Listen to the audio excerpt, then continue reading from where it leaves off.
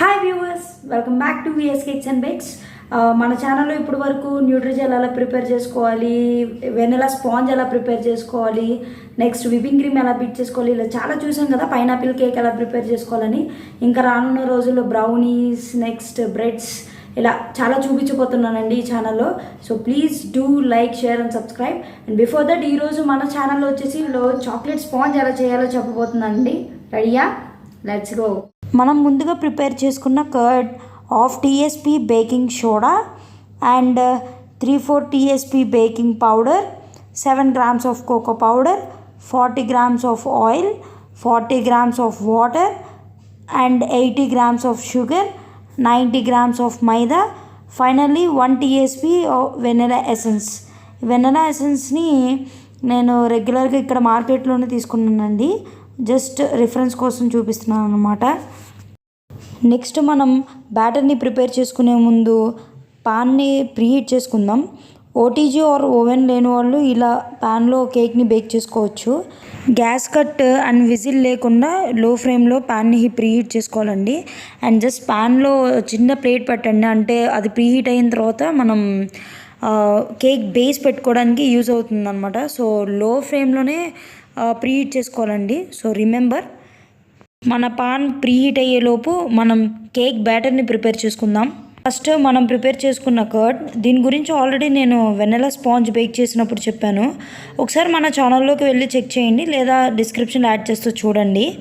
ఈ కర్డ్ని 2 minutes mix చేసుకొని once నీట్గా మిక్స్ అయ్యాక 40 grams ఆఫ్ ఆయిల్ని కూడా యాడ్ చేసుకోవాలి. అండ్ ఆయిల్ అండ్ కర్డ్ అనేది నీట్గా మిక్స్ అవ్వాలన్నమాట. బట్ బ్యాటర్ మాత్రం ఓవర్ మిక్స్ కాకుండా చూసుకోండి, ఇట్స్ ఇంపార్టెంట్. వన్స్ మిక్స్ చేసుకున్న తర్వాత 40 grams of water and 1 teaspoon vanilla essence add చేసుకుని ఒక్కసారి కలుపుకోండి. వన్స్ మిక్స్ అయ్యాక షుగర్ని యాడ్ చేసుకోవాలి. Sugar very important ingredient. ఒకసారి కనుక షుగర్ కరెక్ట్గా ప్రాపర్గా మిక్స్ అవ్వకపోతే మనకి కేక్ బేక్ చేశాక పైన చిన్న చిన్న బబుల్స్ లాగా ఫామ్ అవుతాయి. సో హ్యాండిల్ విత్ కేర్ అనమాట. షుగర్ని చాలా నీట్గా క్లీన్గా బ్యాటర్లో మిక్స్ అయ్యే వరకు, అంటే 2 to 3 minutes విస్కర్తో మిక్స్ చేసుకోండి. బట్ ఓవర్ మిక్స్ అయితే చేయొద్దు. లాస్ట్ బట్ నాట్ లీస్ట్, మన డ్రై ఇంగ్రీడియంట్స్ అంటే cocoa powder, maida, baking powder and baking సోడాని జల్లించుకొని వెట్ ఇంగ్రీడియంట్స్లో 3 partsకి యాడ్ చేసుకోవాలి. అండ్ కట్ అండ్ ఫోల్డ్ మెథడ్లో మనం కలుపుకోవాలి. ప్రీవియస్గా మన వెనిలా స్పాంజ్ వీడియో చూసిన వాళ్ళకి కట్ అండ్ ఫోల్డ్ మెథడ్ ఏంటి అనేది ఐడియా ఉండే ఉంటుంది.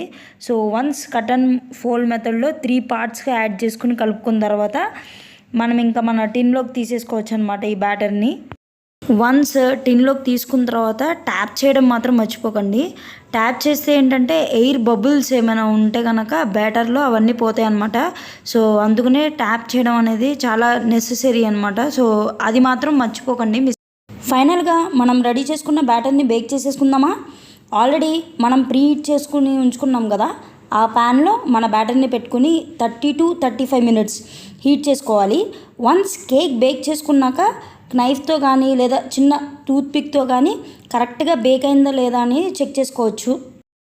టూత్పిక్తో టెస్ట్ చేసినప్పుడు బ్యాటర్ టూత్పిక్కి ఏం స్టిక్ అవ్వకపోతే కేక్ ప్రిపేర్ అయినట్టు అర్థం అనమాట. సో వన్స్ కేక్ బాగా కూల్ అయ్యాక డీమోల్డ్ చేసుకోవాలి. చూసారు కదా, ఇది ఈరోజు మన బేకింగ్ వీడియో. ఇలాంటి మరిన్ని వీడియోస్ కోసం do like, share and subscribe.